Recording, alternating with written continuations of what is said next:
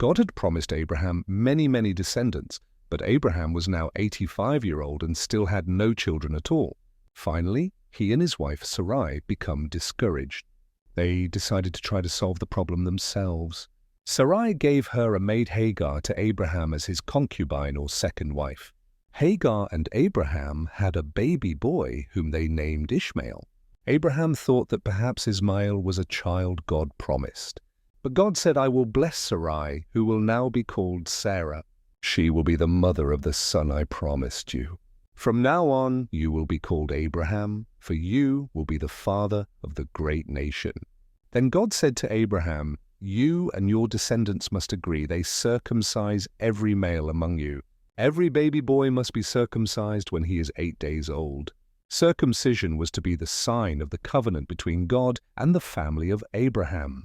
So that very day, Abraham and his son Ishmael and all his male slaves were circumcised. One day, some time later, Abraham was sitting at the entrance to his tent during the hottest part of the day.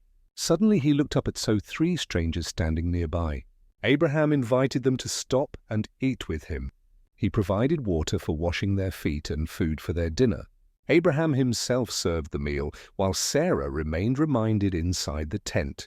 During the meal, one of the men surprised Abraham by suddenly saying, "9 months from now, I will come back, and your wife, Sarah, will have a son." Sarah, listening from inside the tent, laughed to herself when she heard that. How could she possibly have a baby at her age? But the man knew Sarah had laughed, thinking his promise ridiculous. "Is anything too hard for Lode?" he asked. "9 months from now I will return, and Sarah will have a son, just as I have said."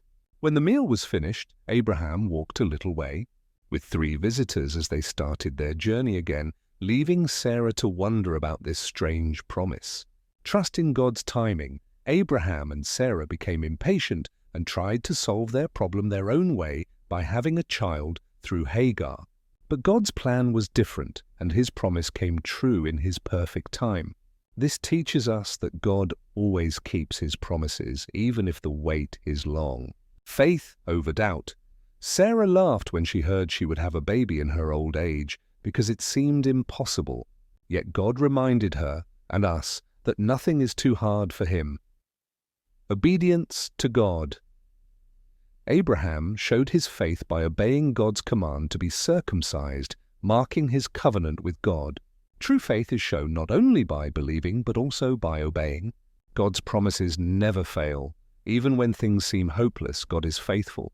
Isaac's birth proved that God keeps his word, no matter how impossible the circumstances look.